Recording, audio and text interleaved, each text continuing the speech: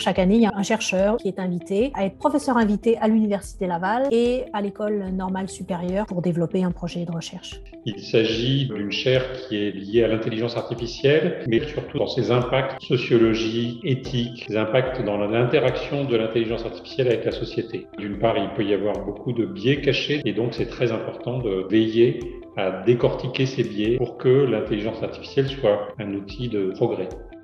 C'est un projet de prévention du suicide qui est dit projet multimodal, qui associe plusieurs stratégies. Une stratégie populationnelle qui vise à informer la population générale des signes et des symptômes de la dépression. 2 stratégies sélectives de formation des professionnels à mieux repérer la dépression. Et enfin, 2 stratégies ciblées, donc un suivi post-crise et un suivi après une tentative de suicide.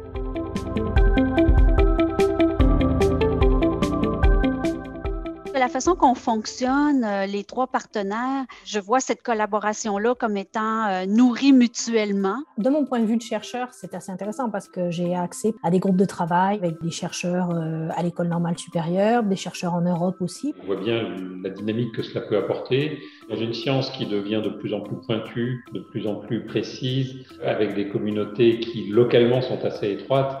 Ça permet d'étendre un réseau avec d'autres personnes qui travaillent sur des thématiques proches à l'étranger. Très important du point de vue de l'ouverture que ça peut offrir pour la recherche. Quand on arrive à croiser ces différentes approches et ces différents résultats, on arrive à faire des choses qui sont très intéressantes.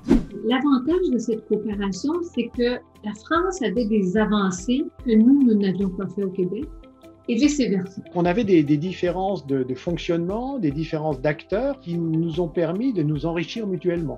Toutes les directions se sont engagées pour la prévention du suicide dans ce projet-là. On a pu s'enrichir mutuellement parce qu'on était d'accord sur l'objectif premier qui était une approche intégrative à la fois sociale et sanitaire de la prévention du suicide. Il y a eu une adhésion qui était facilitante parce que ça relie le Québec et la France, ça devient international et ça devient aussi un projet organisationnel. Je pense que ça montre bien à quel point il y avait une volonté des 2 côtés de travailler ensemble. Ça prend de l'audace pour innover et je ne peux que souhaiter que cette relation-là se poursuive. On a un projet commun, on a des intérêts communs, on a des expertises différentes mais qui se rallient. C'est là où on se nourrit les uns les autres. C'est là où on arrive à apprendre les uns des autres. Et je pense que c'est un plus pour tout le monde.